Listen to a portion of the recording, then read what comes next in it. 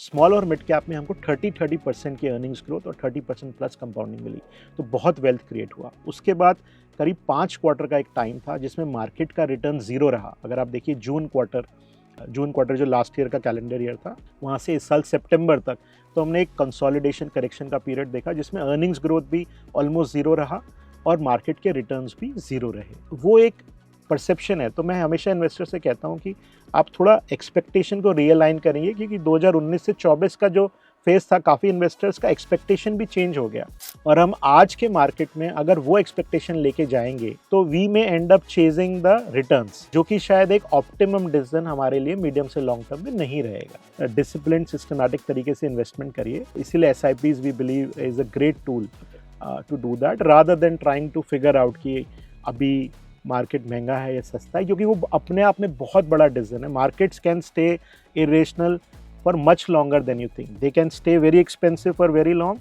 And they can stay very cheap for very long.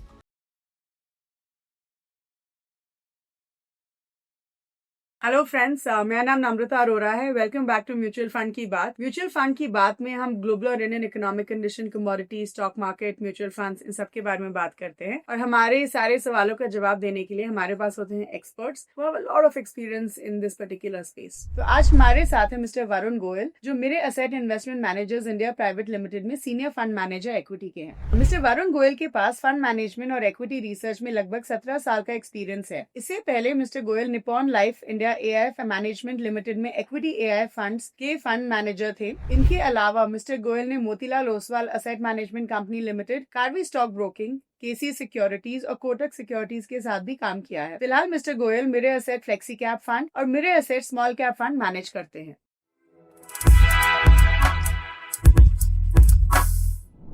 Hello everyone, welcome back to Mutual Fund की बात and thank you so much for joining us again. आज हमने सोचा कि ये discuss करते हैं हमारे विद आवर गेस्ट की how do we really check कि हमने अगर एक म्यूचुअल फंड में इन्वेस्ट किया हुआ है और वो अभी अच्छा परफॉर्म नहीं कर रहा है, तो उसका टर्न अराउंड टाइम क्या होगा, या ये टर्न अराउंड अभी होगा या नहीं होगा, right? And to answer all our questions we have with us mister Varun Goyal, who is a fund manager at Mirae AMC. Varun ji, thank you so much for joining us this week. I think आप हमारे show में पहली बार आ रहे हैं, so welcome to mutual fund की बात and thank you for giving us your time today. Thank you Namrata and thanks to the grow team for having me here. Most welcome, thank you so much sir. So like I said कि हमारा जो conversation होने वाला है इसको ना mostly around कि how do we track कि एक फंड में हमें इन्वेस्टेड रहना चाहिए या नहीं रहना चाहिए, and how do we really see कि उसका टर्न अराउंड कब होगा, राइट? एंड उसके around I have a lot of questions which I lined up for you. तो सबसे पहला जो मेरा आपके लिए सवाल है, that is a pretty general question which I would like to ask you, क्योंकि अभी हम देख रहे हैं कि स्टॉक मार्केट जो है काफ़ी अच्छा कर रहा है। We see record high at this point in time. Of course expectations हैं कि रिकवरी, अर्निंग्स रिकवरी है, या फिर इकोनॉमी काफ़ी रिजिलिएंट है, हमारा फिस्कल पॉलिसी, मॉनेटरी पॉलिसी सब काफ़ी फेवरेबल है at this point in time. So इस कॉन्टेक्स्ट में आप ऐसे इन्वेस्टर्स को क्या बोलना चाहेंगे जो अपना इन्वेस्टमेंट जर्नी बस अभी शुरू कर रहे हैं, like they are just getting started, what would you tell them? I would say कि इंडियन इक्विटी मार्केट के जो इन्वेस्टर्स हैं, अगर पिछले 30 साल के रिकॉर्ड को देखेंगे तो वो पाएंगे कि ये एक इनक्रेडिबल वेल्थ क्रिएशन जर्नी रहा है इंडियन इन्वेस्टर्स के लिए। अगर आप निफ्टी को देखिए, निफ्टी 50 जो 1996 से एग्जिस्टेंस में है, तो कुछ 11% का एवरेज IRR कंपाउंडिंग हमको देखने को मिला है पिछले ऑलमोस्ट 29 ईयर्स में। और अगर आप स्टॉक मार्केट, क्योंकि हम लोग बोलते हैं it is a slave to earnings, तो कॉर्पोरेट प्रॉफिट्स के हिसाब से स्टॉक मार्केट बिहेव करता है, और उसमें भी ग्रोथ कुछ 11 से 12% का रहा है पिछले 29-30 साल में। तो ये एक बहुत अच्छा हेल्दी डबल डिजिट कंपाउंडिंग रहा है, और हमारा ऐसा मानना है कि पिछले 30 साल में जो हमने इंडिया में देखा है, strong economic growth and good earnings by corporate India, और स्टॉक मार्केट्स फिर उसी के हिसाब से रिएक्ट करते हैं। तो ये जो जर्नी है, अभी इसमें हम मिडवे है, अभी तो बहुत दूर जाना है। हमारा ऐसा मानना है कि अगले 2 डिकेड बहुत इंटरेस्टिंग रहने चाहिए इस वेल्थ क्रिएशन जर्नी में। तो जो इन्वेस्टर्स, जो फ्रेंड्स अभी स्टॉक मार्केट को ज्वाइन कर रहे हैं, उनके लिए हमारी रिकमेंडेशन ये है कि वो अच्छे से अच्छे फंड में इन्वेस्ट करें, और कंपाउंडिंग जिसको हम बोलते हैं eighth wonder of the world, उसको एक्सपीरियंस करें। Okay, okay. So could you help us understand कि लेट्स से कि हमने एक म्यूचुअल फंड में इन्वेस्ट किया है, right? And hmm, let's say कि वो उतना अच्छा नहीं परफॉर्म कर रहा है, and as an investor I am a little disappointed, क्योंकि चाहे हम जितना भी बोलें कि आपको लॉन्ग टर्म के लिए इन्वेस्ट करना चाहिए, पेशेंस होनी चाहिए, अगर हम अंडर परफॉर्मेंस देखते हैं तो of course we get stressed about our money, right? तो बिल्कुल। ऐसे क्या की साइंस हैं या की मेट्रिक्स हैं जो हमें देखने चाहिए, जो हमें ये दिखाता है कि जो अभी अंडर परफॉर्मिंग इक्विटी फंड है वो शायद आगे जाके अच्छा करेगा? तो how should we stay resilient towards a particular investment अगर वो अभी अच्छा नहीं भी कर रहा है तो? जी, तो इसके लिए शुरुआत जो है, सबसे पहला स्टेप है कि हम जब सेलेक्ट करते हैं किसी फंड को, तो वो भी हमें थोड़ा-सा रिसर्च, बैकग्राउंड रिसर्च करके करना चाहिए। ज़ाहिर है कि ये इट्स अबाउट आवर मनी, तो ट्रस्ट या comes first.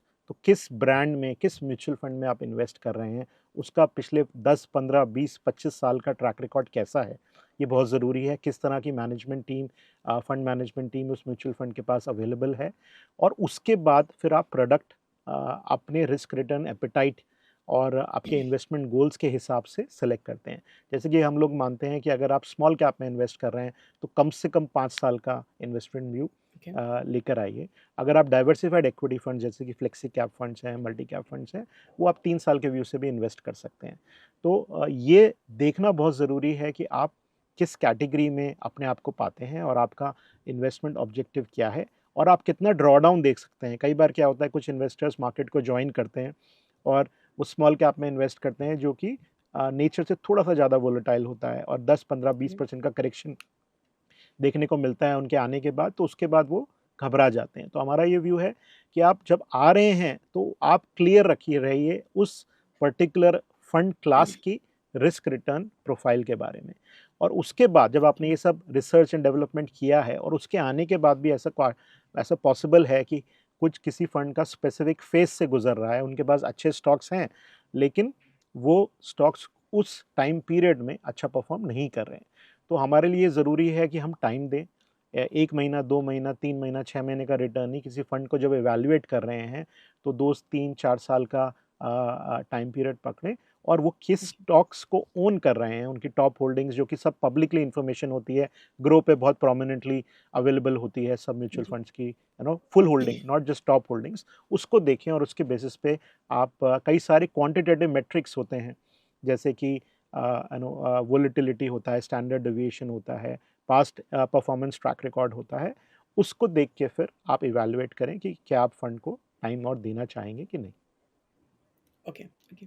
So I think, anyways, I'm going to have a lot of questions around this based on what sure. you've said. So let me just ask you this one simple question.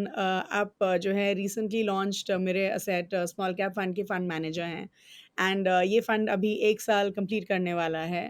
तो in this context, can you please tell us कि क्या ये fund एक rising star है, and if so, why?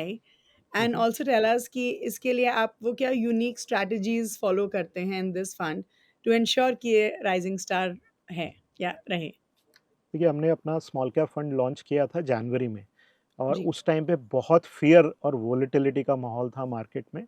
बहुत सारा stock market में correction था, खासकर स्मॉल और मिड कैप स्पेस में। तो हमें लगा, कॉन्ट्ररी टू पब्लिक परसेप्शन, कि this was the perfect time. तो हमने वो करेक्शन को यूज़ किया एक अच्छा पोर्टफोलियो बिल्ड करने के लिए। और दूसरी चीज़ जो हमने की कि उस पोर्टफोलियो में, क्योंकि रेगुलेटर हमको अलाउ करता है कि आप अप टू 35% लार्ज और मिड कैप स्टॉक्स भी ले सकते हैं एक स्मॉल कैप फंड में। तो जी। उस फीचर को हमने जुडिशियसली यूज़ किया, and I am happy to share कि अभी हालाँकि 9-10 महीने हुए हैं फंड को लॉन्च किए हुए, कुछ आई थिंक 17-18% का एब्सोल्यूट पॉजिटिव रिटर्न है, 11-12% का अल्फा है ओवर द बेंचमार्क। हालाँकि आई मस्ट से कि टाइम पीरियड बहुत छोटा है, बट आई वुड थिंक कि एक अच्छा स्टार्ट हमें मिला है, और hopefully with God's blessings, all our investors' blessings, we will be able to build up on that. Okay, okay. So now, since you're a fund manager and you've been managing multiple funds for many years, tell us, Varun ji, कि let's say कि एक stock जो है 40 से 50% तक गिरा है, ठीक है? Mhm. तो आपका पहला इंस्टिंक्ट क्या रहता है? इज़ इट कि रिव्यू करना है, एग्ज़िट करना है या फिर और खरीदना है? What is your first instinct? देखिए बिल्कुल आप कोई भी स्टॉक्स अगर कोई भी किसी भी कंपनी में इन्वेस्ट करते हैं तो कई बार आप कंपनी के मैनेजमेंट से मिलते हैं, उनके बिजनेस मॉडल को समझते हैं और कोशिश करते हैं कि आप एक अच्छी अंडरस्टैंडिंग बिल्ड कर पाए कि कंपनी अगले 2 से 3 साल तक क्या आउटलुक रहेगा, ग्रोथ के पॉइंट ऑफ व्यू से, कैपिटल एफिशिएंसी के पॉइंट ऑफ व्यू से। फिर एक आप उसकी पूरी एक्सेल शीट बनाते हैं, टॉप लाइन बॉटम लाइन की प्रिडिक्शन होती है, कैश फ्लो एनालिसिस होता है, बहुत सारा काम होता है किसी भी स्टॉक में इन्वेस्ट करने से पहले। लेकिन गलतियाँ सबसे होती हैं, कई बार आपका असेसमेंट जो है वो गलत हो सकता है, या कई बार जो इकोनॉमी की सिचुएशन है या उस सेक्टर की रेगुलेशंस हैं, उस सेक्टर में स्पेसिफिक इवेंट कोई हो सकता है, जिसकी वजह से जो आपकी एक्सपेक्टेशन थी वो पूरी ना हो पाए। तो इसको आपको 2 चीज़ों में, मैं जब इवैल्यूएट करता हूँ तो मैं 2 चीज़ों में करता हूँ कि एक, क्या मेरे समझने में कुछ कमी रह गई कि हम उसको असेस प्रॉपर्ली नहीं कर पाए, जी। या बिज़नेस अच्छा है और हम एक टेम्परेरी स्लोडाउन के दौर से या किसी टेम्परेरी चैलेंज की वजह से, या तो बिकॉज़ ऑफ सम रेगुलेशन और some specific thing related to that sector और कंपनी, तो ये डिफरेंशिएशन करना बहुत ज़रूरी है। और तीसरी चीज़ जो बहुत ज़रूरी है वो evaluation of the management quality. जैसे आप किसी कंपनी में इन्वेस्ट कर रहे हैं, उसका क्वार्टरली रिजल्ट आएगा, एक क्वार्टर डिसअपॉइंटमेंट है, यू इवैल्यूएट व्हाट हैपेंड। दूसरे क्वार्टर भी डिसअपॉइंटमेंट है, डिसअपॉइंटमेंट होना ठीक है, लेकिन आपका गाइडेंस कुछ था और एक्चुअली कुछ हुआ, उसमें डेविएशन, है ना? कि वो बोलते हैं कथनी और करनी में अंतर नहीं होना चाहिए। तो वो सब चीज़ों में तो अगर मेरे से गलती हुई है स्टॉक सिलेक्शन में, and if we have gone wrong in an analysis, it's better to exit and move on. और अगर ऐसा है कि टेम्पररी हेडविंड्स हैं, जो कि आपके सेक्टर या इकोनॉमी की जी। वजह से या रेगुलेशन की वजह से है, तो हम उसको वेट करेंगे। लेकिन having said that, it is important कि आप ये भी ध्यान रखें कि कितना लॉस उसमें है। तो एक अपॉर्चुनिटी कॉस्ट ऑफ के पॉइंट ऑफ व्यू से आपको देखना पड़ेगा, क्या हमारे इन्वेस्टर्स के लिए बेटर है कि हम उसको सेल करके किसी और अपॉर्चुनिटी में लगा सकते हैं जिसमें शायद रिटर्न बेटर रहें, या फिर अगर अच्छी अपॉर्चुनिटी तो हो सकता है हम उसमें ऐड भी करें कि अभी मिस प्राइस हो गया है। और तो ये एक, इसमें कोई फ़ॉर्मूला नहीं है, हुँ। इसमें केस बाय केस बेसिस पे आपको करना पड़ेगा। Okay, okay. Which is fair enough because I think जब हम म्यूचुअल फंड्स के बारे में भी बात करते हैं एज़ एन इन्वेस्टर हम भी यही बोलते हैं कि अगर आपका फंड अंडर परफॉर्म कर रहा है like I was saying it's not necessary कि this is a time to exit. आपको एब्सोल्युटली, रिव्यू करना चाहिए एंड देन फिगर आउट कि what is the reason for its underperformance. बिल्कुल, फेयर बिल्कुल। Enough. Okay so let's say कि एक small cap fund का पोर्टफोलियो है। ऐसा क्या सिनेरियो हो सकता है जहाँ पे लेट्स से आपने अभी उसमें 1% पोजीशन है but you have taken it up to 3 to 4%। सो क्या रीजंस होंगे जिसकी वजह से आप शायद एक पर्टिकुलर स्टॉक में अपना पोर्टफोलियो एलोकेशन बढ़ाएंगे? हाँ, देखिए it depends on the conviction levels आपके कितने, जैसे कि 2 चीज़ें इसमें इम्पोर्टेंट है। एक तो आपका in house risk management policy. जैसे एज़ अ ओके। हाउस हम लोग जब पोर्टफोलियो बनाते हैं तो हमारा एक कोशिश ये रहती है कि plus minus 3% to the benchmark weight. जैसे अगर किसी स्टॉक का वेट 1% है तो हम लोग 4% से ज़्यादा, 4 एंड हाफ से ज़्यादा नॉर्मली नहीं जाते हैं, क्योंकि अगर कुछ गलत हो गया तो it should not have a disproportionate impact to the overall portfolio. तो एक risk okay. Management point of view से हम उसकी बेंचमार्किंग करते हैं। सिमिलरली वो चीज़ हम सेक्टर लेवल पे भी करते हैं कि कोई सेक्टर का बेंचमार्क में वेट कितना है, उससे बहुत ज़्यादा डेविएशन प्लस और माइनस दोनों साइड पे नहीं होना चाहिए। Now coming to the point about the individual stock, कि अगर आपने 1% ही बाय किया, कई बार क्या होता है कि नई कंपनी है या आपके लिए नई है, लिस्टिंग तो बहुत पुरानी है उसकी, it has been public markets for a long time, but you want to see कि टर्न अराउंड अगर केस है तो क्या टर्न अराउंड रियल में हो रहा है। तो आप 2 क्वार्टर रिजल्ट ऑब्जर्व करें, 3 क्वार्टर, 4 क्वार्टर रिजल्ट ऑब्जर्व करें, और हर क्वार्टर में आपका कॉन्फिडेंस लेवल बढ़ता जाए और आप उसे धीरे-धीरे उस वेट को बिल्ड अप करें। दूसरी रीज़न कई बार ये भी होता है कि आपको स्टॉक तो बहुत पसंद है, वो कंपनी तो बहुत पसंद है, लेकिन महँगा बहुत है स्टॉक। तो आप थोड़ा-सा पोज़ीशन लेते हैं, उसको ट्रैक करते हैं, और अगर वो सस्ता हो जाता है या तो टाइम के पॉइंट ऑफ व्यू से या प्राइस के पॉइंट ऑफ व्यू से, तो आप उसमें धीरे-धीरे वेट इंक्रीज़ करते हैं। तो ये दोनों ही सिचुएशन हो सकती हैं, और कई बार ये भी होता है कि कोई स्टॉक आपके पास है अच्छे वेट के साथ, वो बहुत चल गया, तो आप उसको ट्रिम करके उसका वेट रिड्यूस कर देते हैं, ये सोच के कि अगर कभी दोबारा करेक्ट होगा, तो हम उसमें फिर से पोज़ीशन बिल्ड कर लेंगे। Okay, okay, fair enough. I think that's a very logical way of looking at the portfolio. Okay, so now let me ask you this: बहुत सारे fund managers या fund houses for that matter अलग-अलग investment strategies follow करते हैं, right? And they could be very unique approaches as well. So for example, कोई portfolio बहुत ज़्यादा diversified हो सकता है कि आपने बहुत सारे stocks डाल दिए हैं, या फिर कोई portfolio बहुत ज़्यादा concentrated हो सकते हैं, कोई ऐसे पोर्टफोलियोज़ हो सकते हैं जो शायद बहुत ज़्यादा लार्ज कैप की तरफ बायस्ड हैं, कुछ मे बी बहुत मिड कैप की तरफ बायस्ड हैं etcetera, right? So in this context आप हमें ये बताइए वरुण जी कि ऐसी क्या यूनिक अप्रोचेज़ हैं जो हमें मदद करती हैं टू आइडेंटिफाई टर्न अराउंड और to help us find those funds जो राइजिंग स्टार्स हैं? देखिए, इसमें there is again no set formula, है ना? कि जैसे आपने बोला कि स्टॉक्स में क्या कहते हैं, या किसी म्यूचुअल फंड में भी आपको continuously tracking, I would say periodic reviews, जैसे क्वार्टरली रिव्यू आप किसी एक पर्टिकुलर स्टॉक को भी कर सकते हैं, पीरियोडिक रिव्यू आप एक पर्टिकुलर म्यूचुअल फंड का भी कर सकते हैं। ये कई बार क्या होता है कि you get that information which stocks came in and which stocks went out of the जी, mutual fund, where the weightage was increased recently, where the weightage was decreased recently. सबसे इम्पोर्टेंट चीज़ है जो मैं अपने पोर्टफोलियो लेवल पे करता हूँ, मैं आपको जैसे क्वांटिटेटिव चीज़ है कि जो पोर्टफोलियो में है स्टॉक्स, जैसे नंबर ऑफ स्टॉक्स का अगेन जैसे आपने पूछा, उसका कोई साइंस नहीं है। As per the portfolio construction theory, there is no number, magic number which comes out कि इतने ही स्टॉक्स हों ठीक तो है। अच्छा है। जैसे मैं पहले AIF और PMS पोर्टफोलियोज मैंने मैनेज किए, तो तब मुझे लगता था 25 स्टॉक भी ज़्यादा हैं, 20 स्टॉक ही होने होने चाहिए। अभी हुँ, मैं म्यूचुअल फंड मैनेज करता हूँ, तो अभी मेरे पोर्टफोलियो में 80 स्टॉक्स भी हैं। तो आई थिंक एक तो स्केल का फ़र्क है कि mutual funds are build for scale. उसमें आप ये कोशिश करते हैं कि जैसे-जैसे फंड का टाइम बीते, ट्रैक रिकॉर्ड बिल्ड होता जाए, उसमें आप you are able to absorb more and या मोर कैपिटल, जिससे कि ज़्यादा लोग उसमें पार्टिसिपेट कर पाएँ। तो एक स्केल को बिल्ड करने के लिए शायद नंबर ऑफ स्टॉक्स इंक्रीज़ करना ज़रूरी होता है। दूसरा, आपका फ्लेक्सिबिलिटी पॉइंट ऑफ व्यू से लिक्विडिटी इंश्योर करने के लिए, कि अगर आपकी कोई कॉल गलत गई है और आप उसको एग्ज़िट करना चाहते हैं, तो अगर आपकी बहुत कॉन्सन्ट्रेटेड स्टॉक है, तो मेबी आपको उसको क्विकली लिक्विडेट करने में प्रॉब्लम हो सकती है, प्रॉब्लम हो अगर वो सकती है। पोज़ीशन बहुत बड़ी है, आपका फंड साइज़ बहुत बड़ा है।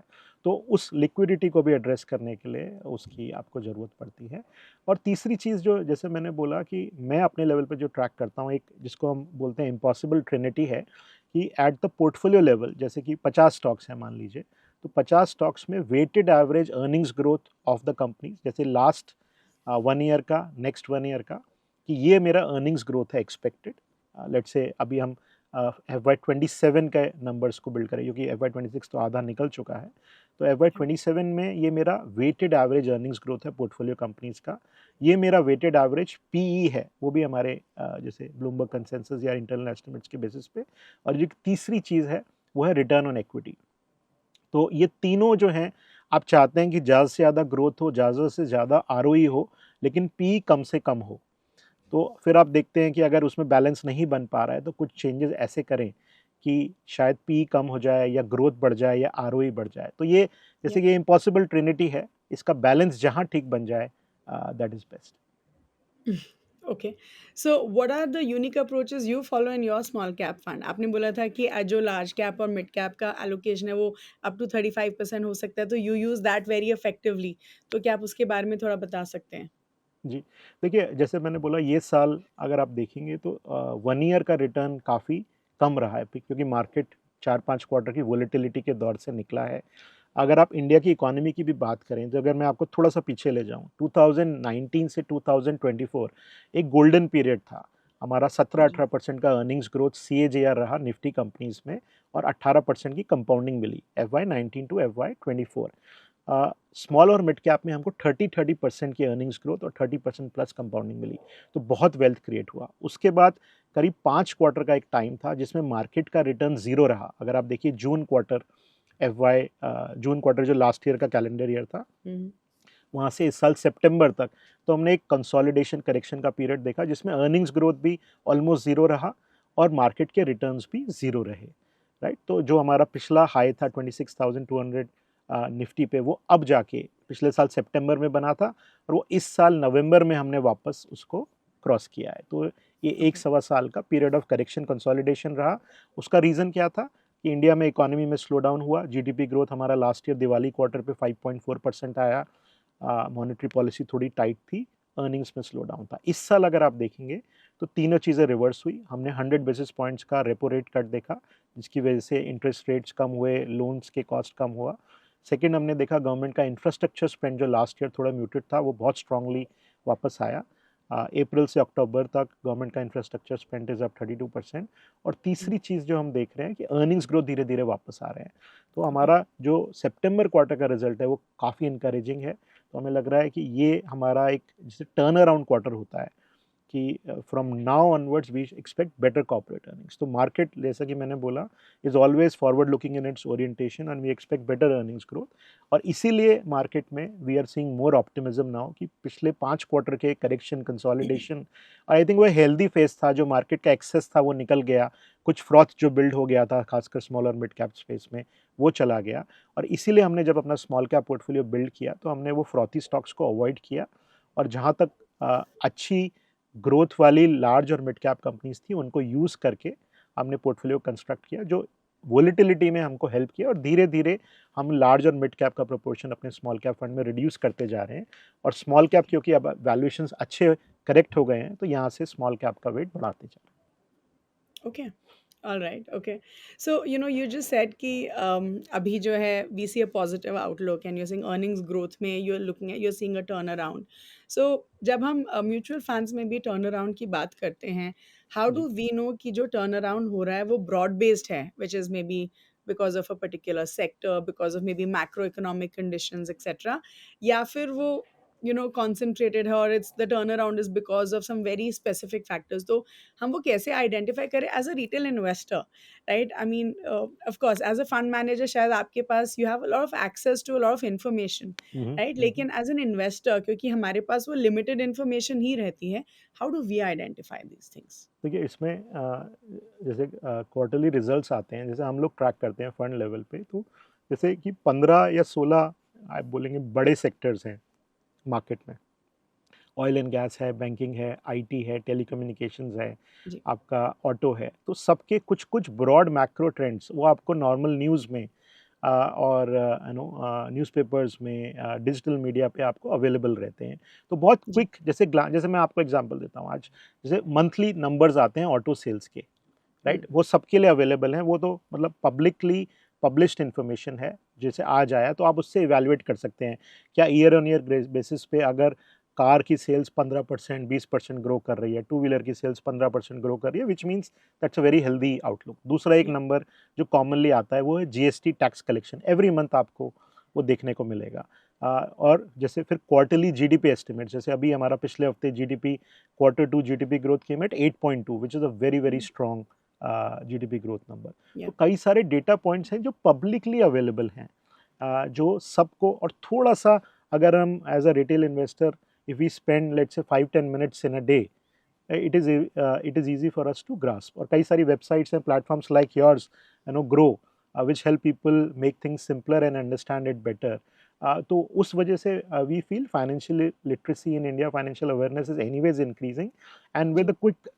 with a quick search prompt it is possible for people to get a lot of information offhand, and which is very simple information। तो वो आई थिंक अगर आप ट्रैक पे रखेंगे तो आपको ब्रॉड आइडिया रहेगा कि इकोनॉमी कैसा परफॉर्म कर रही है, क्या सेक्टर्स हैं जिसमें अच्छा सेल्स ग्रोथ, प्रॉफिट ग्रोथ, तो वो उस एक, for general public that is there, for funds of course, for investment teams we look at each sectors. तो कई बार क्या होता है, निफ्टी अर्निंग्स ग्रोथ या ब्रॉडर मार्केट की earnings growth is driven by only 1 or 2 sectors. लेकिन हम्म। अभी जो हम देख रहे हैं वो एक ब्रॉड बेस्ड इकोनॉमी मोमेंटम का कमबैक है। इसमें आपका बैंकिंग का भी पार्टिसिपेशन है, ऑटो का भी पार्टिसिपेशन है, जो जीएसटी कट्स हुए हैं उसके बाद हम देख रहे हैं कंजम्पशन रिलेटेड कमबैक भी देखने को मिल रहा है। तो हमें ऐसा लगता है कि अगले साल इंडिया में एक broad based economic pickup and already वो अंडर वे है, ऑलरेडी वो दिख रहा है, और शायद अगले साल जाके और स्ट्रांग हो जाएगा। सो कैन वी से कि अगर हमने अच्छा रिसर्च किया है while selecting a fund, that was the first point that you made when we were जी। स्टार्टिंग दिस जी। कन्वर्सेशन, और अगर हमें कॉन्फिडेंस है कि हमारा ये फंड अच्छा है, एंड वी अभी शायद वो फंड अच्छा नहीं कर रहा है लेकिन वी फोरसी कि मैक्रो इकोनॉमिक फैक्टर्स अच्छे कर रहे हैं, then we can hold on to the fund, then we don't तो हमें लगता है कि अगर फंड भी अच्छा है और ब्रॉड बेस्ड फैक्टर्स भी अच्छा अच्छा आउटलुक है उनका, then we should be able to just hold on to the investment. Would definitely. That be right to say? Yes, okay. Absolutely. Okay. Now let me ask you this one more question, which just came to my mind, and I think it's very important. जब हम turn around देख रहे हैं एक fund का, या at least expect कर रहे हैं कि some fund should turn around, do you think it has happened because of higher risk taking? Right, बहुत सारे फंड मैनेजर्स शायद बहुत ज़्यादा रिस्क लेते हैं, and eight that point in time is it possible कि एक फंड हायर रिस्क टेकिंग की वजह से टर्न अराउंड हुआ है? So how do we identify that parameter? I mean, should I देखिए, reframe my question or? No, I understood, I understood जो आपने बोला, and that is a very important question. I think that's a very valid question also. तो उसके लिए आई think वो ज़रूरी है कि आप ये नोटिस करें कि फंड्स का एक कॉन्सेंट्रेशन लेवल तो नहीं बढ़ गया। कुछ स्टॉक्स, एक या दो स्टॉक्स ही तो ऐसा नहीं है कि उसके टर्न अराउंड में कंट्रीब्यूट कर रहे हैं, या वो Exactly. Yeah. फंड का डाइवर्सिफाइड फंड ही है और उसमें कोई बहुत increase in concentration of late देखने को नहीं मिला है। तो दैट इज़ वन वे। दूसरा, अगर आप देखेंगे तो उसमें कौन से सेक्टर्स ओवरवेट है, अंडरवेट है, वो भी एक आई थिंक ग्रो जैसे प्लेटफॉर्म पे सब वो दिखता है। तो Yeah. कई बार क्या होता है कि कोई एक सेक्टर शॉर्ट टर्म में बहुत शार्प मूव देता है, जिसकी वजह से आपका फिर आपको समझ में आएगा कि शायद ये सेक्टर का की वजह से एकदम से टर्न अराउंड आ गया, लेकिन ब्रॉडली चीज़ें इतनी अच्छी नहीं है। लेकिन अगर ब्रॉड बेस्ड है कि डिस्प्रपोर्शनेट रिस्क ली, जैसे कि एक बहुत नॉर्मल फैक्टर है जो सब ट्रैक करते हैं वेबसाइट्स पे होता है, वो है बीटा या स्टैंडर्ड डिविएशन और वोलेटिलिटी ऑफ द पोर्टफोलियो। तो वो है कि अगर आपका पोर्टफोलियो, और एक होता है up capture and down capture Yeah. Ratio. तो थोड़ा सा मैथ्स है इसमें, लेकिन जस्ट मैं आपको सिंपल भाषा में बताऊं, अगर तो अगर 1% मार्केट ऊपर मूव करता है तो आपका फंड कितना मूव करता है। अगर 1% वो मूव कर रहा है, आपका फंड भी 1% मूव कर रहा है, तो आप कैप्चर रेशियो विल बी 1। और डाउन साइड में तो मैं खुद से, मेरा जो कोशिश रहता है कि अगर फंड 1%, अगर मार्केट 1% गिरा है तो मेरा फंड उससे कम गिरना चाहिए। जी. और अगर मार्केट 1% ऊपर गया है तो फंड मेरा या तो 1% हो या थोड़ा सा उससे ज़्यादा हो। तो up capture more than one, down capture less than one, that is one way to check कि जब मार्केट ख़राब होगा तो फंड कैसा परफॉर्म करेगा। या बीटा, बीटा में भी सेम, अगर आप देखते हैं कि मार्केट अगर वोलेटाइल हो रहा है तो 1% से. कैसे। Standard deviation is another example की पर एनुअल पर एनम आपको कितना वोलेटिलिटी फंड में देखने को मिल सकता है। जी. तो ये सारी चीज़ें हैं जो कि क्वांटिटेटिवली ट्रैक करी जा सकती हैं। एंड मोस्ट इंपॉर्टेंटली आपको ये नोटिस करना है कि फंड्स में बहुत बड़े चेंजेस बहुत शॉर्ट टाइम में हुए हैं क्या। और अगर हुए हैं, वन टाइम रिस्ट्रक्चरिंग हुई है, that's one part, but continuously अगर हो रहे हैं तो वो भी ट्रैक पे रखना चाहिए। Okay. How about risk adjusted return? Like आपने standard deviation, beta, या upside capture ratio, downside capture ratio is what you spoke about. But if I'm looking at say risk adjusted returns, तो Sharpe sharp ratio, ratio, trend या ratio. Absolutely, तो Sharpe ratio बिल्कुल आपको funds का monitor करना चाहिए long period का, है ना। जी. Sharp ratio is very very important. तो कई बार क्या होता है, नंबर वो धीरे धीरे एडजस्ट होता है। Sometimes what happens is in a short period it can be all over the place, but if you look at a slightly longer term, you will see how the number has behaved, and that gives you, let's say, 1 year numbers will give you a much better idea as compared to 3 month 6 month numbers. Okay. Okay. Sure. So now let me ask you this question. Let's say बहुत सारे लोग जो होते हैं ना, वो नए rising funds में इन्वेस्ट करते हैं ना। आई जी, थिंक आजकल तो बहुत सारी इंटरेस्टिंग थीम्स आ रही हैं, बहुत सारे इंटरेस्टिंग कैटेगरी ऑफ फंड्स आ रहे हैं। जी, सो हेल्प अस अंडरस्टैंड कि लेट्स से कि एक रिसेंटली लॉन्च्ड इक्विटी फंड है जिसने एक साल में बहुत अच्छी परफॉर्मेंस दिखाई है, एंड एज एन इन्वेस्टर मुझे लगता है हम वैसे क्या बोलते हैं कि look at long term performance, consistency of returns देखिए, 1 साल 2 साल का परफॉर्मेंस नहीं देखना चाहिए, कम से कम 5 साल का देखना चाहिए एंड सो ऑन, राइट? लेकिन लेट्स से कि 1 साल में इस फंड ने बहुत अच्छा किया एंड आई एम वेरी जी। Inclined to invest in this fund. तो मुझे what are those signs that I should see कि ये फंड लॉन्ग टर्म में सही चॉइस होगा या नहीं होगा? बिकॉज़ एज़ एन इन्वेस्टर क्या सिर्फ़ वो 1 साल की अच्छी performance is good enough to हाँ, identify a fund which will do well in the long run? Right? देखिए आई एम नॉट उसके सेइंग लिए, अच्छा है बुरा है, बट लॉन्ग रन में अच्छा या करना चाहिए। तो I think just that one data point is not good enough, that is just a starting point. But starting point, okay. अगर आप देखेंगे तो इसमें कई बार क्या होता है कि आपके पास पूरा ट्रैक रिकॉर्ड अवेलेबल रहेगा वो फंड हाउस का। जैसे कि कोई फंड हाउस इन एग्जिस्टेंस है पिछले 10 15 20 साल, तो यू कैन सी कि उनके फंड्स ने ऑन एन एग्रीगेट बेसिस कैसा परफॉर्म किया है।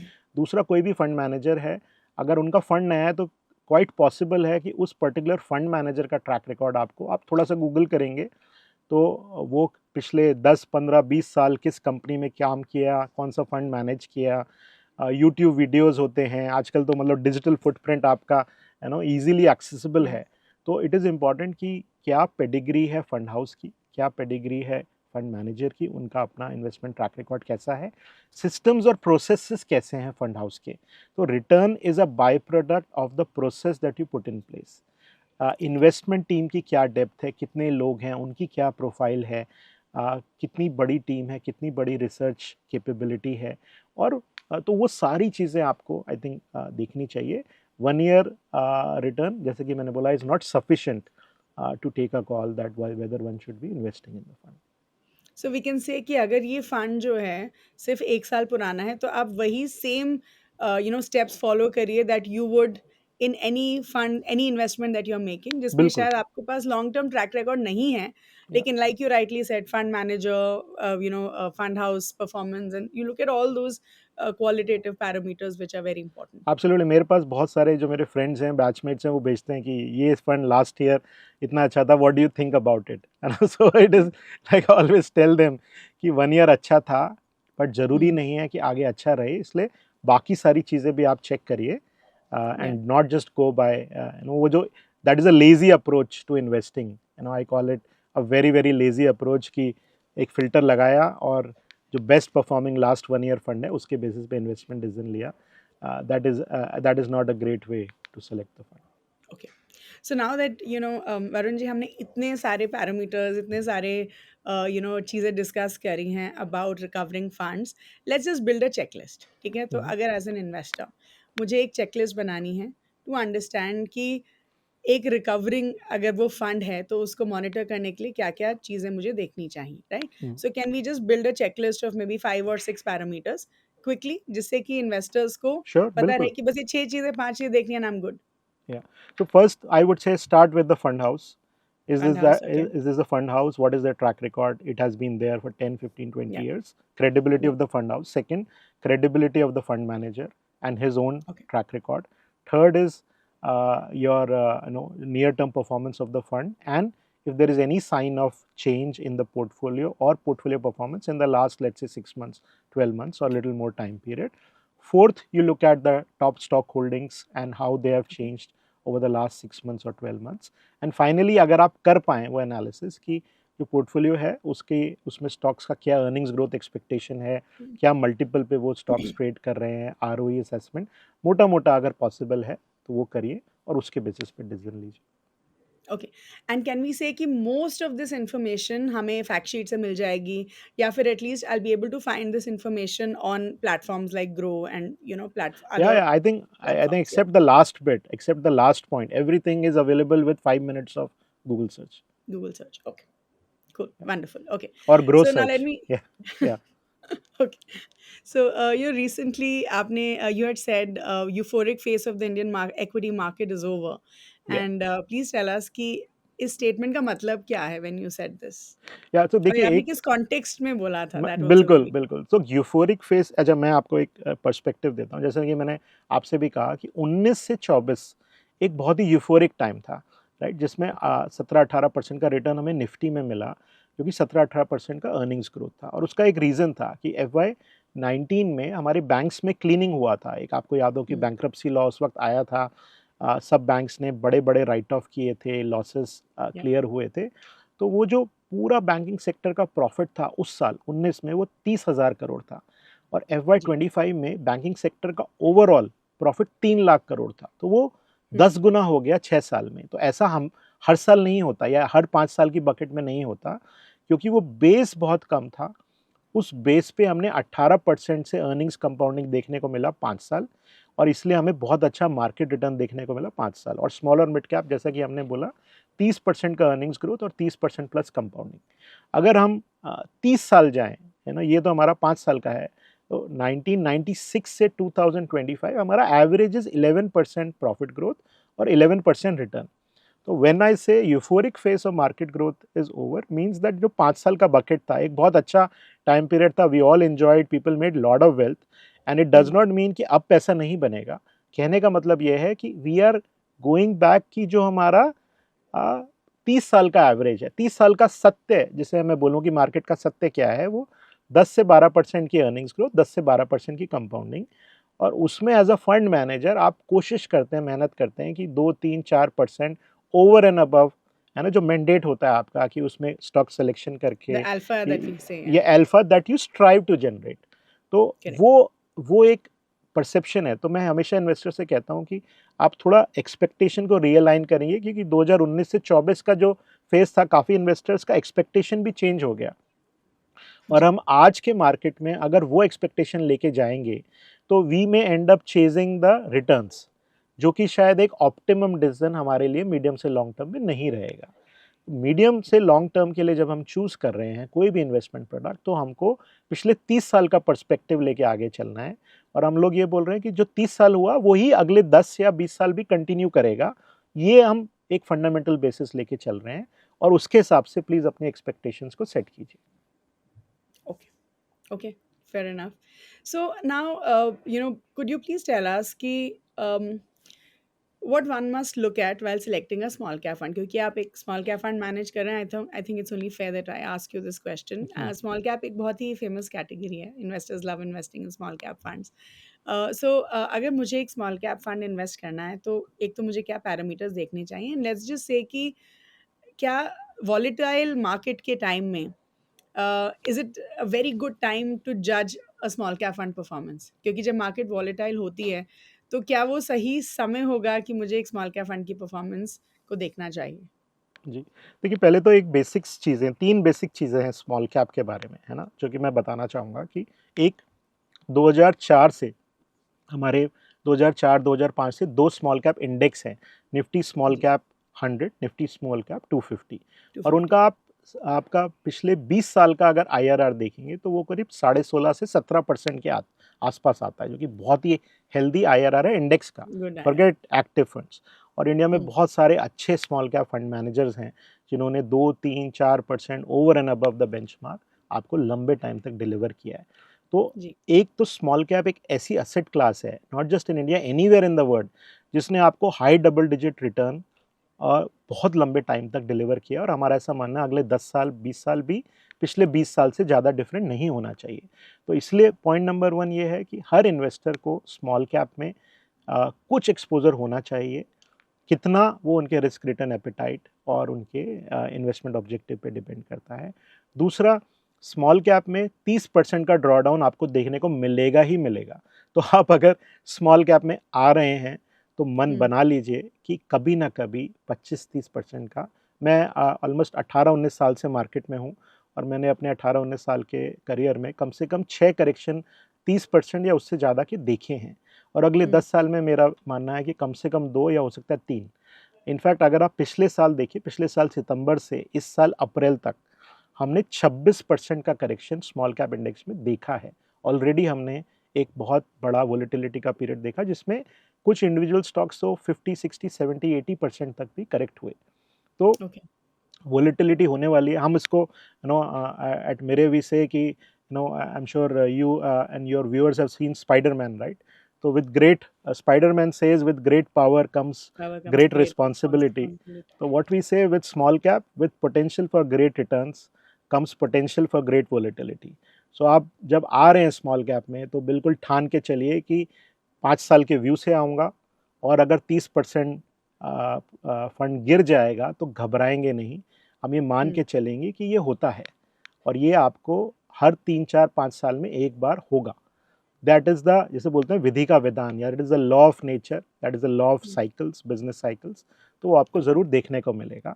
तो वो सब करने के बाद एक द बेसिक मैंने आपको एक फ्रेमवर्क दिया स्मॉल कैप का, उसमें ऑब्वियसली फिर आपने ये देखना है कि फंड में किस तरह के आइडियाज़ हैं, क्या पोर्टफोलियो है। और दूसरा, साइज़ भी कई बार बहुत इंपॉर्टेंट हो जाता है। ये कई कई बार जब साइज़ बहुत बड़ा हो जाता है स्मॉल कैप फंड्स का, तो उसमें नए आइडियाज़ का मीनिंगफुल इम्पैक्ट लाना भी बहुत मुश्किल हो जाता है। आई एम मुश्किल नॉट सेइंग कि है। नहीं अच्छा परफॉर्म करेगा, लेकिन it becomes more and more difficult. तो हम लोग लकी हैं इन द सेंस कि हम वी स्टार्टेड एट ज़ीरो इन जनवरी, और अभी हमारा फंड कुछ 3,000 करोड़ के आसपास है। तो हमारे जी, पास एक ऑप्शन है कि हम नए आइडियाज़ को ज़्यादा से ज़्यादा संख्या में, नंबर्स में पोर्टफोलियो में लेकर आएँ, जो कि हमें लगता है, और हम जो बहुत महंगे स्टॉक्स हैं, ओवर वैल्यूड स्टॉक्स हैं, उनको हम अवॉइड कर पाएँ, just because size is also to our advantage. Okay. You also said कि स्मॉल कैप फंड्स हर तरीके के इन्वेस्टर के लिए हैं। सो कैन वी से कि अगर एक कोई नया इन्वेस्टर है, some new investor who is starting mutual fund journey, क्या उनको भी स्मॉल कैप में थोड़ा एक्सपोजर होना चाहिए? क्योंकि माय पर्सनल टेक इज़ कि अगर स्मॉल कैप में इतना ज़्यादा रिस्क है, वॉलेटिलिटी है और उन्होंने पहले के 1-2 साल में वो वॉलेटिलिटी देख ली और उनको अच्छे रिटर्न्स नहीं मिले, they may just get discouraged about mutual funds in general. So I mean do you बिल्कुल, थिंक एक फर्स्ट टाइम इन्वेस्टर को भी स्मॉल कैप में डालना चाहिए या थोड़ा इवॉल्व्ड इन्वेस्टर या थोड़ा एक्सपीरियंस के बाद डालना चाहिए?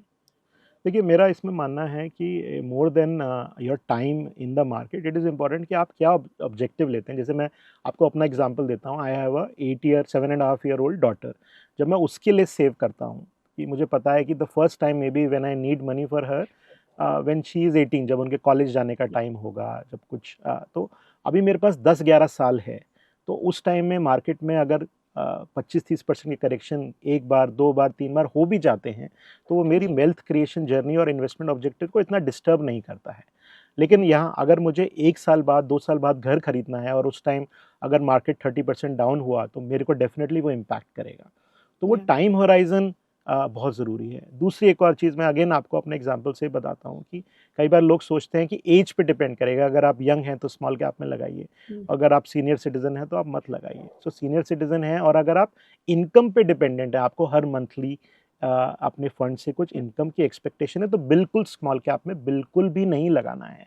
लेकिन अगर आप लॉन्ग टर्म पर्पज़ से, तो मैं आपको एक एग्ज़ाम्पल शेयर करता हूँ, माय फादर इज़ 78, है ना? हुँ, और वो भी एक अमाउंट स्मॉल कैप फंड में इन्वेस्ट करते हैं, एक एसआईपी करते हैं। या तो मैंने उनसे पूछा कि आप ये क्यों कर रहे हैं? ये तो बहुत रिस्की है। तो उन्होंने बोला कि देखो, मेरे I have enough sources of income, ये मैं अपने लिए भी सेव नहीं कर रहा हूँ और तेरे लिए भी नहीं कर रहा हूँ, ये भी तेरी डॉटर के लिए कर रहा हूँ, और ये हुँ, eventually will go to her. तो अगर या उस तरह का इन्वेस्टमेंट ऑब्जेक्टिव है, जिसमें आप 10 साल का, 5 साल का, 15 साल का व्यू ले रहे हैं, अगर आप अपनी रिटायरमेंट के लिए सेव कर रहे हैं, अगर आप घर खरीदने के लिए सेव कर रहे हैं, फिर बच्चों की मैरिज के लिए, बच्चों की पढ़ाई के लिए सेव कर रहे हैं, तो आई थिंक ये एक बहुत अच्छा व्हीकल है। और जैसे मैंने बोला, हर इन्वेस्टर के पास कुछ एलोकेशन होना चाहिए। कितना, ऑफ कोर्स वो आपके रिस्क रिटर्न प्रोफाइल पे डिपेंड करता है। Okay, alright. Okay, now let me ask you this question which is let's say कि एक इक्विटी फंड में हमने एक रैली देखी, right? And let's just say for whatsoever reason, hmm, how do we tell कि वो टेम्परेरी है? Despite हमने शॉर्ट टर्म में गेन्स तो काफ़ी अच्छे देख लिए हैं, but how do we say कि इट्स अ टेम्परेरी फेज़? शायद लाइक यू सेड राइट कि अभी the exact same thing euphoric phase था, नाउ यू आर सेइंग कि अभी शायद उतना यूफोरिया नहीं रहेगा आगे जाके, but you will see consistent returns may be. So even in a mutual fund वो टेम्परेरी साइंस क्या होते हैं जो हमें बताते हैं कि शॉर्ट टर्म गेन्स हैं, डू नॉट एक्सपेक्ट या ये मत सोचिए कि आगे जाके भी ये गेन्स रेप्लिकेट होंगे in the future. And at the same time जब हम मार्केट रैलीज देखते हैं, राइट, जी। तो हमें अपने पोर्टफोलियो को रीबैलेंस कैसे करना चाहिए? How do we make sure कि मेरा portfolio is balanced to take care of that market rally?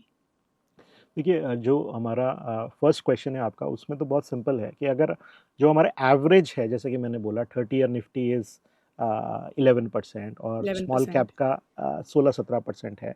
तो आपको पता है ये मेरा एवरेज है, कोई साल एवरेज से कम होगा, कोई साल एवरेज से ज़्यादा होगा, बट जी, over a 3 year 5 year period वो एवरेज की तरफ बेंचमार्क जाने लगेगा। Individual funds can be plus minus of that. तो आप श्योर। कोई भी फंड जब इवैल्यूएट कर रहे हैं, तो आपको वो चीज़ ध्यान में रखनी चाहिए कि भई, कोई भी डाइवर्सिफाइड इक्विटी फंड का ये लॉन्ग टर्म रिटर्न है, उसमें एवरेज 2, 3, 4, 5% जो भी ऐड हुआ over a period of time, उतना ही रहने वाला है। किसी साल बहुत कम है, या कोई 2 ईयर का विंडो है जिसमें बहुत कम रहा है मार्केट में रिटर्न, देन यू नो कि शायद अगले 2 साल, 3 साल बेटर हो सकते हैं। और उसका कन्वर्स ये है, जैसे कि हमने देखा 19 से 24 का जो मैंने एग्ज़ाम्पल दिया, बहुत अच्छा था। फिर एक टाइम आया 1 साल का जिसमें कुछ भी रिटर्न नहीं बना, इनफैक्ट काफ़ी हुँ, इन्वेस्टर्स को लॉस भी रहा। तो वो अपने आप, वो ना नेचर आपको एवरेज आउट कर देगा जी, उसमें। और इसके लिए हम लोग बोलते हैं कि don't try and time it. आप उसको टाइम करने का एक काफ़ी वो रहता है कि आप टाइम करेंगे, और कई बार क्या इन्वेस्टर सोचते हैं थोड़ा सा मैं, जैसे बहुत रिटर्न अच्छा बन गया तो थोड़ा सा मैं बुक कर लेता हूँ, फिर आप उसे बुक हुँ, करेंगे, फिर आप वेट करेंगे कि करेक्शन हो। कई बार क्या होता है वो करेक्शन या तो बहुत शैलो हुआ, या फिर हुआ ही नहीं, या फिर उतने टाइम तक नहीं हुआ जितना आपने हुँ, सोचा था, तो आप बाहर ही रह गए मार्केट के। तो हुँ, इसके लिए हमारा ये मानना है कि सिस्टमैटिक इन्वेस्टमेंट्स बेस्ट अप्रोच है, और कोई दुनिया में कोई भी नहीं जानता कि कब मार्केट में रैली आ जाएगी। सब गेस ही कर सकते हैं कि अब अच्छा टाइम रहेगा या अब खराब टाइम रहेगा। इसके लिए वो वो इतना डिफिकल्ट क्वेश्चन को आंसर करने की कोशिश करने से बेटर है कि आप एक डिसिप्लिन सिस्टमैटिक तरीके से इन्वेस्टमेंट करिए। इसीलिए S I Ps we believe is a great tool okay, to do that, rather than trying to figure out कि अभी मार्केट महंगा है या सस्ता है, क्योंकि वो अपने आप में बहुत बड़ा डिसीजन है। Markets can stay irrational for much longer than you think. They can stay very hmm, expensive for very long, and they can stay very cheap for very long. और या, इसके लिए वो टाइमिंग की शायद कोशिश बहुत मुश्किल रहती है। Okay.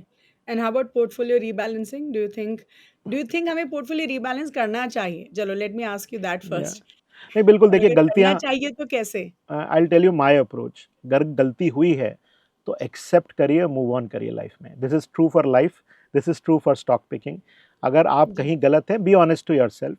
You picked up something because some friend told you, some gave you some flimsy advice और very superficial learning, and then आपने किसी चीज़ में इन्वेस्ट किया। जैसे म्यूचुअल फंड के पॉइंट ऑफ से बोल रहा हूँ, कभी कई बार इन्वेस्टर्स 1 ईयर का रिटर्न देख के या शॉर्ट टर्म का रिटर्न देख के या फ्लेवर ऑफ द सीजन देख के इन्वेस्ट करते हैं, फिर वो 6 महीने साल भर परफॉर्म नहीं करता तो फिर वो एग्जिट करते हैं। तो पहले तो पढ़ाई अपनी पूरी कीजिए, रिसर्च पूरी कीजिए, और फिर भी अगर गलती हुई है तो गलती को एक्सेप्ट करिए और उसे चेंज करिए। बिल्कुल। Okay, alright, okay. So now just we're coming towards the end of our conversation, Varun ji. So just second last question maybe. हम्म, हम ना इन्वेस्टमेंट स्टाइल्स के बारे में बहुत बात करते हैं, राइट? इस वी से there's growth style of investing, value style of investing, hmm. maybe like a mixed style of investing, जो हम blend बोलते हैं. So please help us understand कि जो इन्वेस्टमेंट स्टाइल्स होते हैं वो कितना ज़रूरी होते हैं एक फंड की परफॉर्मेंस में and in the turn around as well. तो जब अगर मैं टर्न अराउंड देख रही हूँ, should I look at the investment styles and also in equity fund performance? देखिए मेरा ये मानना है कि there are lot of ways to make money in the market, और you can say do well in the market. कुछ लोग growth style of investing से करते हैं, कुछ लोग या, वैल्यू से करते हैं, कुछ लोग क्वांटिटेटिव मॉडल से करते हैं, कुछ लोग टेक्निकल एनालिसिस से करते हैं, कुछ लोग एस्ट्रोलॉजी से करते हैं। मतलब बहुत 1,000 तरीके हैं जिसको जो सूट करता है। मेरा ये मानना है, जी, be honest to yourself कि मैं किस अप्रोच को फॉलो करता हूँ। तो आप जी, जिस चीज़ में कंफर्टेबल है, पहली बात तो आप अगर कुछ और करने की कोशिश करेंगे just because someone else is successful, तो नॉर्मली प्रोबेबिलिटी है कि आप उसमें इतना अच्छा नहीं कर पाएंगे, क्योंकि आपका एक इंट्रिंसिक कंफर्ट उसमें नहीं है। तो मैं जो जी, अप्रोच फॉलो करता हूँ, मैं बताता हूँ कि मेरे लिए मानना है कि India is a growth economy, और सबसे पहले और सबसे बड़ी चीज़ जो मैं देखता हूँ वो अगले 3 साल का ग्रोथ प्रोस्पेक्ट्स इस कंपनी में क्या है।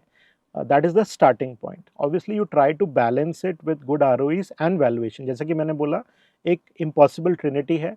आप चाहते हैं बेस्ट ग्रोथ हो, लोएस्ट प्राइस पे हो और गुड आरओई के साथ हो। तो वो आपको हर कंपनी के लेवल पे बैलेंस नहीं हो सकता, लेकिन वो पोर्टफोलियो लेवल पे आप बैलेंस करने की कोशिश ज़रूर करते हैं। कुछ कंपनीज़ में जिसमें आपको ग्रोथ ज़्यादा है लेकिन वैल्यूएशन भी ज़्यादा है, कुछ कंपनीज़ में आपको लगता है वैल्यूएशन बहुत क्या कहते हैं रीज़नेबल है और ग्रोथ थोड़ा-सा कम है। तो as a portfolio, I think it's a growth at a reasonable price approach that I like to follow, and that is what I've been following for last 18 years. I think that okay, works better for me. okay. All right. Just one last question before we end the session and end this conversation. You've been a fund manager and you've been in this space for more than maybe 15, 20 years. So help us understand, Varun ji, कि आपकी learnings क्या-क्या रही हैं in your journey of investing and being a fund manager. तो आपने क्या गलतियाँ करी हैं and what have been your learnings from those mistakes?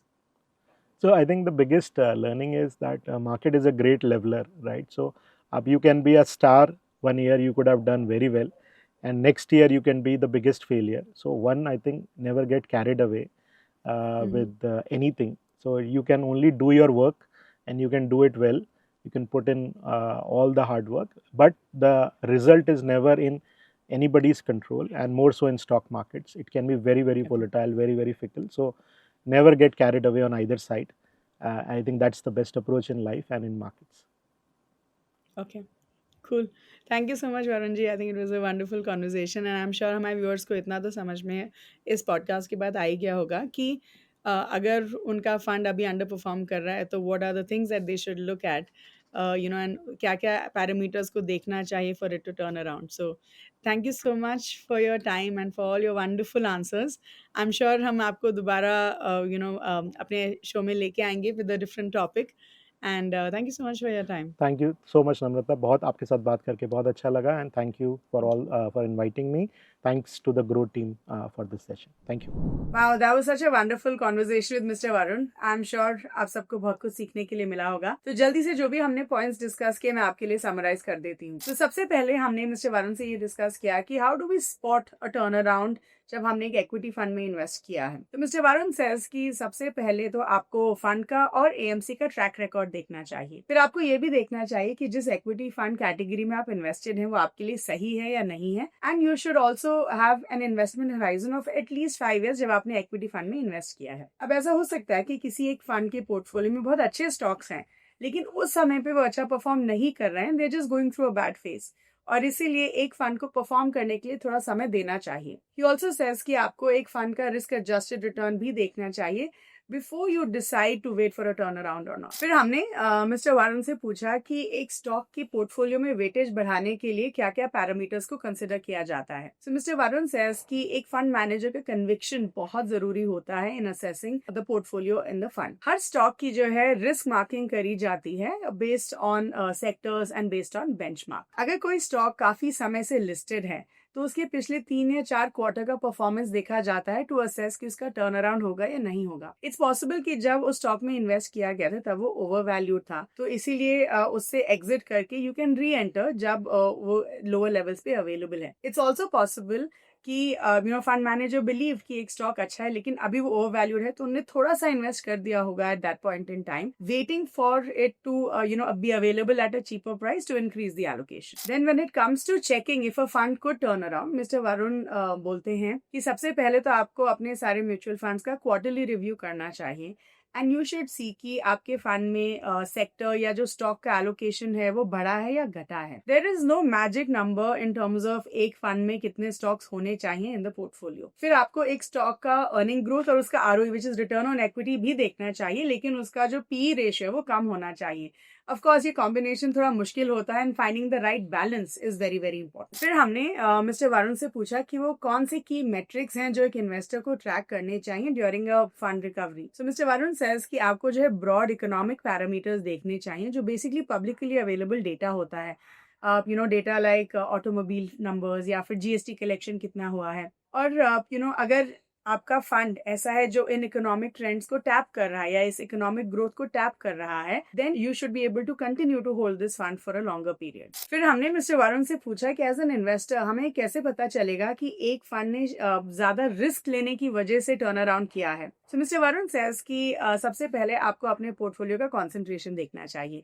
You should see कि आपका पोर्टफोलियो आपका जो फंड है वो कौन से सेक्टर्स में ओवरवेट है, कौन से सेक्टर्स में अंडरवेट है। इट्स पॉसिबल कि अभी कोई एक सेक्टर बहुत अच्छा कर रहा है और आपका फंड शायद उस सेक्टर में ओवरवेट था जिसकी वजह से आपकी फंड की परफॉर्मेंस आ रही है, but overall may be your fund is not performing that well. तो ये पैरामीटर देखना बहुत जरूरी होता है। ही ऑल्सो सेज कि आपको अपने फंड का अपसाइड कैप्चर रेशियो या डाउनसाइड कैप्चर रेशियो भी देखना चाहिए, and he says that you should also check the risk adjusted return parameters of your fund. He says कि आपको ये भी देखना चाहिए कि आपके फंड में कोई शॉर्ट टर्म में बहुत बड़े चेंजेस हुए हैं या नहीं हुए हैं। फिर हमने मिस्टर वरुण से पूछा कि एक फंड का जो टर्न अराउंड है हमें कैसे पता चलेगा कि वो सस्टेनेबल है इन द लॉन्ग टर्म या नहीं। सो मिस्टर वरुण सेज कि सबसे पहले आपको फंड हाउस का और फंड मैनेजर का क्रेडिबिलिटी जरूर देखना चाहिए। फिर आपको ये भी देखना चाहिए कि in the short term which means पिछले एक साल में पोर्टफोलियो में क्या क्या चेंजेस हुए हैं। ही सेज कि ऑफ कोर्स रिटर्न्स ऑब्वियसली देखने चाहिए, एंड यू शुड आल्सो सी कि जो इंडिविजुअल स्टॉक्स हैं उनकी परफॉर्मेंस को आपको इवैल्यूएट करना चाहिए based on ROE and earnings growth. फिर हमने मिस्टर वरुण से उनकी कुछ लर्निंग्स के बारे में पूछा from equity market, and mister Varun says कि stock markets are a great leveller. Stock market काफी फिकल हो सकती हैं, तो इसीलिए आपको जो है अपना खुद का हार्ड वर्क करना चाहिए, रिसर्च करना चाहिए और फिर जो है इक्विटी फंड्स में इन्वेस्ट करना चाहिए. So that was about it in this particular episode. Thank you so much for watching. Please do like this video, share it with everyone, and please do subscribe to the Grow Mutual Fund channel, which is called Mutual Funds with Grow. Thank you so much for watching.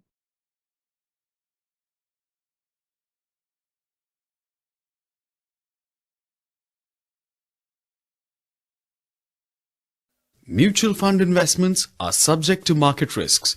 Read all scheme-related documents carefully.